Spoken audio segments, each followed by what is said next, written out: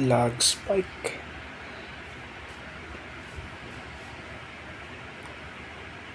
Okay. Okay.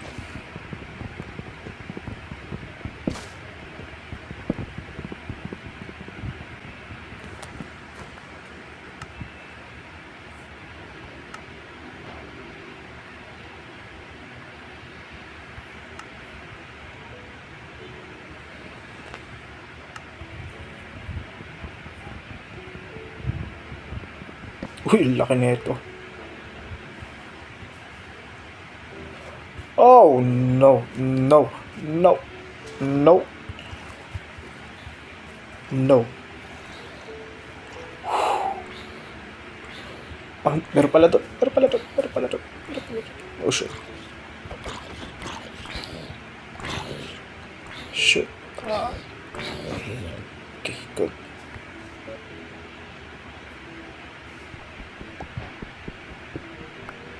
Natakot.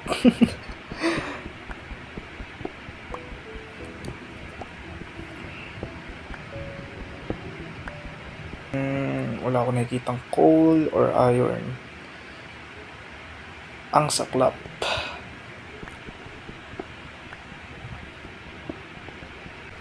Okay, craft muna tayo na. May naririnig akong zombie. Oh no. Ubusin lang natin yung durability na itong pickaxe. Tapos alis na tayo.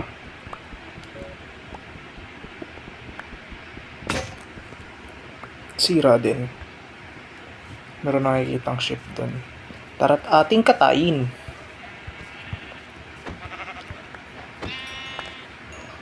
Laking tulong din nito ng dried leaves no? Kaya mo siya maging fuel source. Kung wala pa talagang like coal at kung ano pa man. Kailangan ko pa makahanap ng isang ship bago maggabi.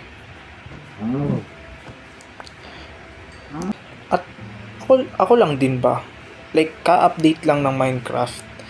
Both Java and Bedrock, but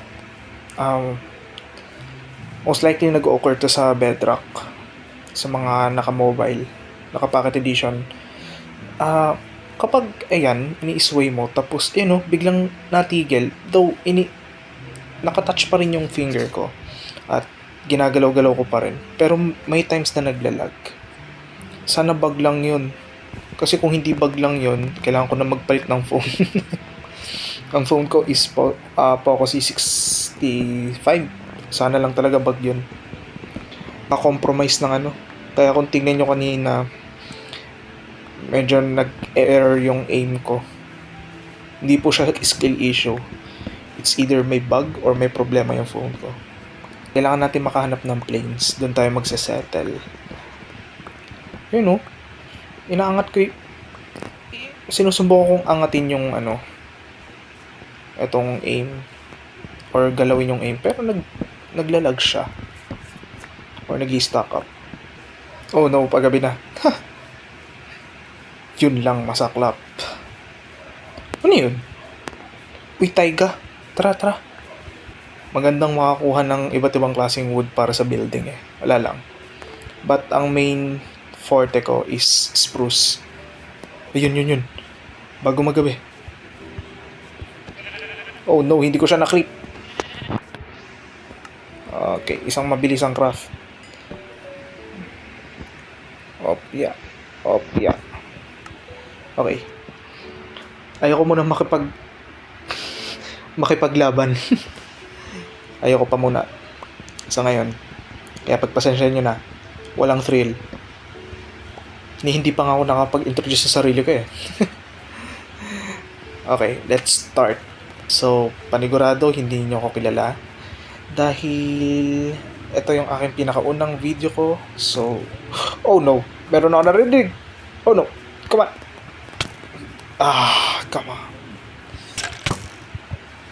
Oh my god, mamamatay ako sa ginagawa ko, grabe. May problema talaga yung touch sensitivity. Ewan ko kung nangyari. Bago ang lahat, nais ko muna syempre ipakilala sarili ko. Ako po si Archiviathan. Mahilig po akong maglaro ng mobile games. Most especially Minecraft. which is ayan ang ating ginagawa ngayon, obviously. At ang madalas kong gameplay is survival kasi wala lang, mas trip yung survival, though nagka-creative din ako syempre for building purposes kapag may gusto kong subukang mag-build or whatnot. And yes, mahilig po ako mag-build, pero ayokong mag-expect kayo sa akin na alam niyo na ano lang, average lang. Obviously, nag-uumpisa pa lang ako sa YouTube. Ito yung pinakauna kong video at maligayang pagdating sa pinakauna kong video. So, yun. Anong goal natin for today's video? So, of course, makahanap ng mapagsisettle. Pero ang pinakamahalagang objective ko ngayon is makakuha ng iron, raw iron, para makakuha tayo ng at least makagawa tayo ng iron gear. At least well protected tayo. Tapos farms, specifically wheat tsaka cow. Kung may matsyempohan tayong village at makakuha ng potato, that's good. Another source of food natin. At kung kaya, starter house. Sa unang episode, why not, diba? After natin makahanap ng mapagsasettalan, panigurado, ano muna tawag dyan? Mining muna. Ayun ang ipaprayo ko. As early as possible, makagawa agad tayo ng enchanting table eh.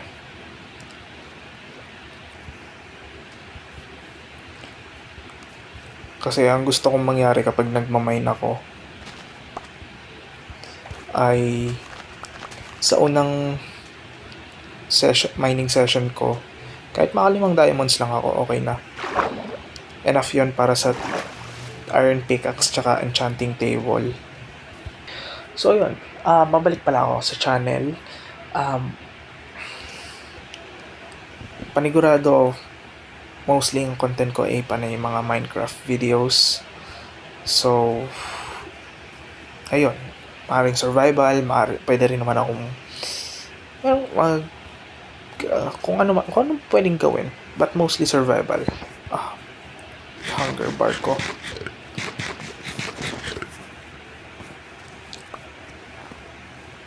Pag-release ko ng video, hindi ko mapapangakong consistent, pero at least once a week makapag-upload ako. Then goods na yon para sa akin, dahil may work din ako sa personal na buhay ko. Uy, may nakita ko. Village. Ayun, may potato. Akala ko walang ano eh. Pero kuha din tayo ng carrots. Siyempre, tayo bilang mabait na kababayan, re-plant natin to lahat. In case na may kailangan akong balikan. Yun, meron pala dito ano eh. Yep. Oh, may diamond. Wow. Hindi kayo nakasaan yan. Yan. Akin na to. Dapat sinira ko na lang to. Pagpasensya nyo na kung medyo malag. Kasi, yan nga. Poco C65 or 7 lang yung aking phone. I mean, lahat naman tayo. We have to start somewhere, right? Uy. Ganda to ah. Actually, pwede to.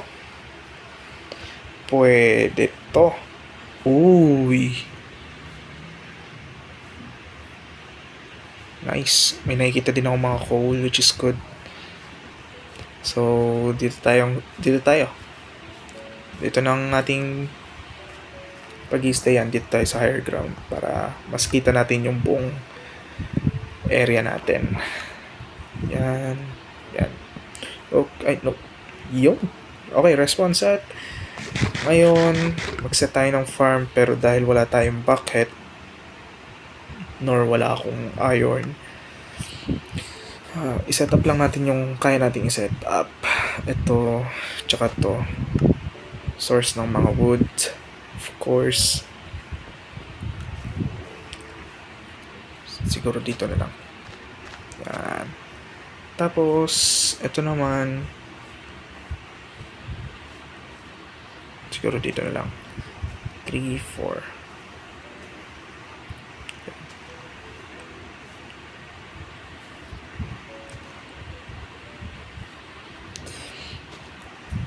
Maganda kung 5, bawat pagitan ng saplings 5 blocks. Whereas dito, ginawa ko yung 2x2 para marami akong makuhang wood. So, yon. Maaari nating ilutuin to gamit tong dried leaves natin. Also, pwede na tayo actually magsimula sa pagmamining. Kailangan ko lang at least makakuha ng, let's say, 40, 50 para sa iron armor, shield. Pwede ring iron sword. Meron akong iron pick, which is good. One less worry. Tapos, siguro yun lang. Of course, coal muna. Before anything else.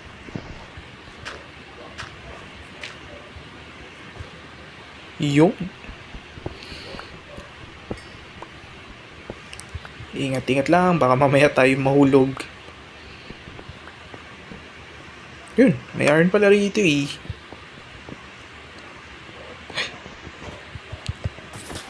Come on. Nice. Meron pa.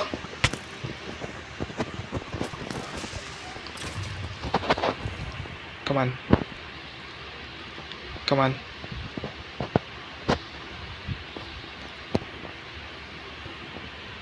Oh, patay na siya. Okay, good. Isa lang.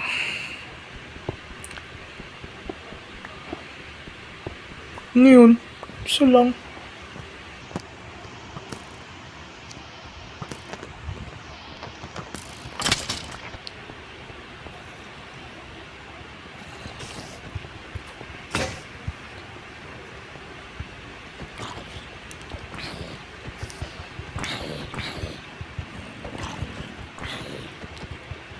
Nawalan pa ako ng sword.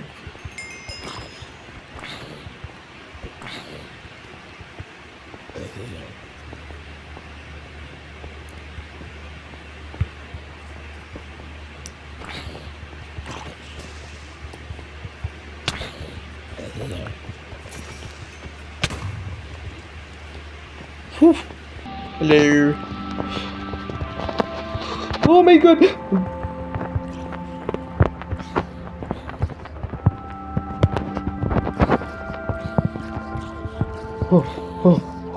Takot ako dun.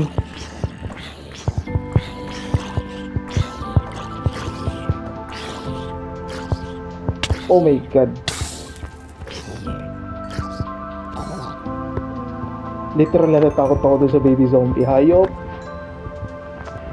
Kunin din natin to syempre. Dami. Literal natatakot talaga ako doon sa baby zombie na yun. Pwisit talaga yun eh.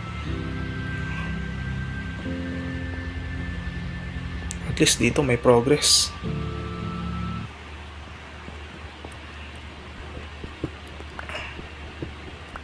Feeling ko ang haba na ng episode na to eh. Sa pagmamining pa lang ha.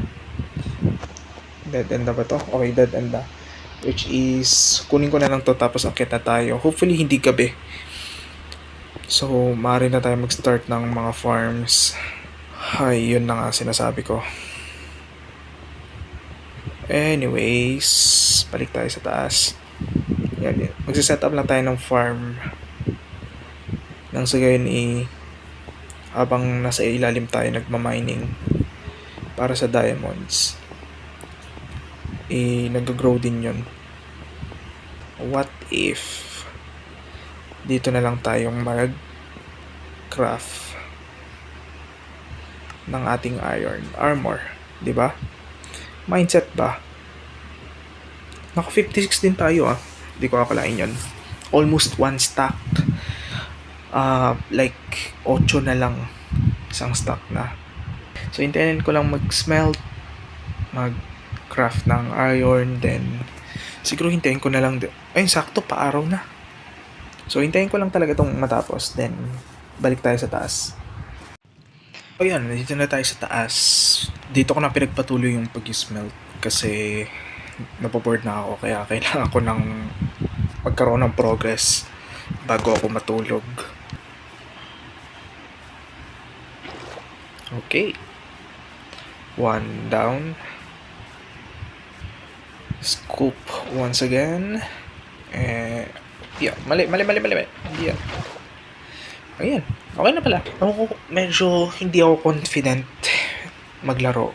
Konti lang. Kasi gawa nga nung lag na hindi ko alam talaga kung sa bug ng laro o phone ko. Pero I can assure na okay pa talaga yung phone ko. Nakakapag-scroll ako ng maayos sa Facebook. Ewan ko na lang. Hindi ko alam. Okay, so maaari natin i-set up agad yung farms, which is mainly yung wheat tsaka cow farm tsaka sugarcane farm, of course. Saan ko siya ilalagay? Siguro dito na lang. Mag-clear tayo ng area.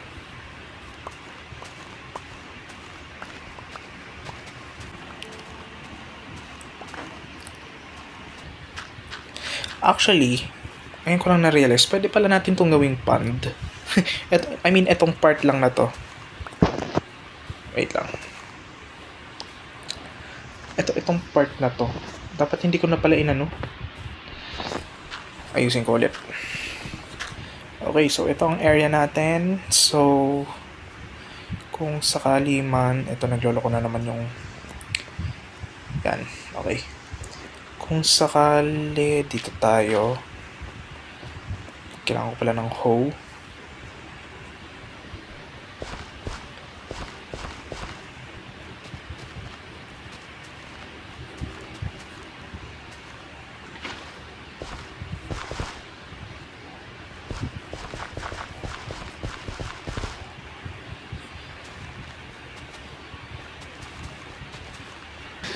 So yan, ang potato tsaka wheat farm.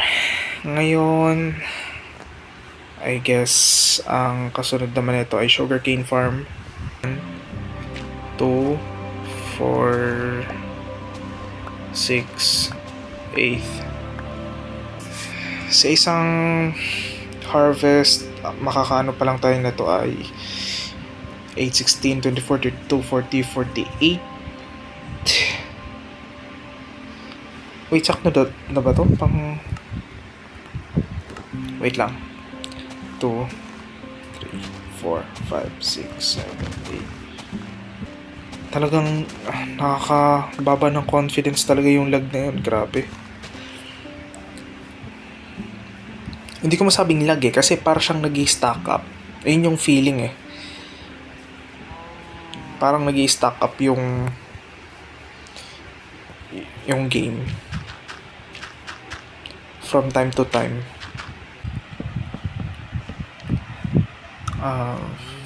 Ngayon ko alam nyo na yung bala kong gawin.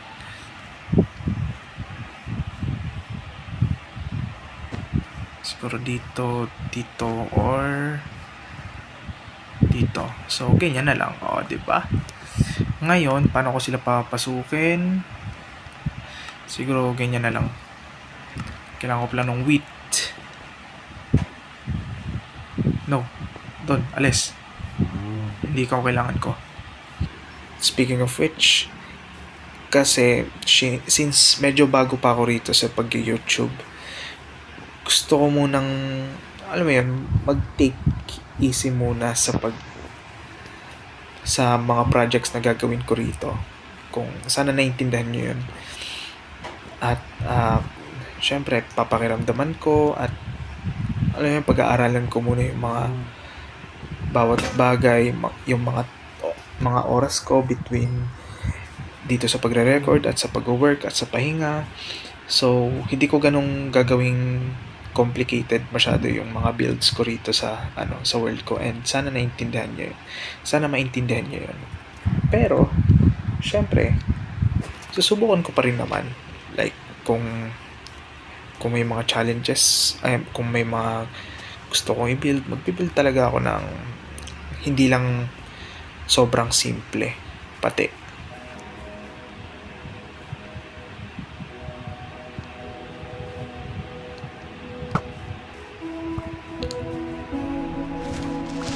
There you go. So, yun. At siguro, since ang laki ng progress natin dito sa farm, at least meron na tayong I think oras na para tayo mag mining session para sa 5 pirasong diamonds. At muli tayo nagbabalik dito sa mining strip, strip mining hallway. Kaya sinabi kong hallway kasi ganito yung space natin papunta doon sa direction na yun. At yung strip mining is supposedly dito. At mag-uumpisa pa lang sana ako. At kaya ako naparecord kasi I owe you a story. I owe you guys a story. Kasi kung papansin niyo ang Y level natin is negative 58. So, winark out ko muna mula sa surface na bumaba dito sa diamond level. At actually, meron akong natagpuan. At baka sabihin nyo, cheating to And na nga, ito na yung natagpuan ko. Isa na yan. At hindi ko siya minamine kasi gusto ko pang makita nyo muna. At meron pa doon. Actually, cave. Isa tong cave. At inilawan ko muna for my safety. Pero, yun, 2 na. At hindi lang dyan nagtatapos. Ayan po. Which is, I think, hindi ko sure kung konektado, pero tingin ko hindi naman masyadong malayo. At saan ko pa ba nakita yung isa? Meron pa ako nakita isa, wait lang. Ito. Ayun, no? Nakikita nyo, no? So, yun. At least, nakapag-save ako ng time at energy para magkaroon ng progress. Actually, ang kailangan lang natin is 5 pirasong diamonds. Again, 3 para sa pickaxe at 2 para sa enchanting table. So, ayun, at least ma-work out agad natin yung starter house.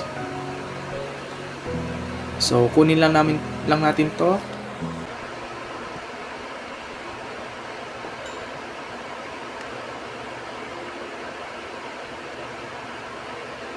So, bago nga pala tayo umakyat sa taas, kailangan din pala natin ng obsidian. Hindi naman tayo makakagawa ng enchanting table kung hindi tayo kukuha ng obsidian. So, craft na agad tayo ng tawag dito. Oops, sorry sa lag spike. Craft na agad tayo ng diamond pick. Ito yung ating entrance. So, tanggalin na natin ito. Marami na naririnig na mobs. Okay. Iron pickaxe acquired. And then, siguro dun tayo sa may lava lake na may diamond para,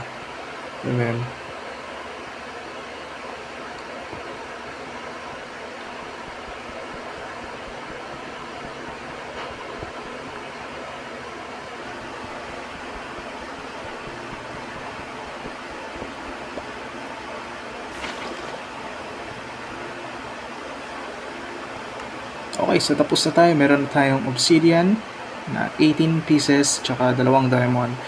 Saka na natin babalikan yung mga ibang diamonds kapag meron na tayong enchantment na fortune 3 to be precise. Nang sa gayon hindi sayang yung ating pagpunta natin dito. So maaari na tayong umakyat. Hi, pagpasensyahan kung biglang cut sa part na to, sa record na ito, dahil kailangan kong magpaalam sa inyo ng maayos. Dahil sa record na to, hindi ako nakapagpaalam. Supposedly ay gagawa pa tayo ng starter house, ngunit nung katatapos ko lang actually mag-edit ng episode na to at tatagpuan kong 24 minutes na palang nakakalipas tong video na to. Kaya ikakat ko na muna dito ang episode natin at next episode gagawin natin yung starter house at kung ano pang pwedeng gawin actually. Kaya pagpasensyahan at maraming salamat kung kayo'y nakaabot dito sa outro na to. At sana masubaybayan nyo pa ako sa mga susunod nating mga episodes. Hindi ko alam kung gaano ka-consistent yung pag-upload ko pero susubukan ko hanggang sa makakaya ko. Kaya muli maraming salamat at hanggang sa muli mga kababayan. Paalam!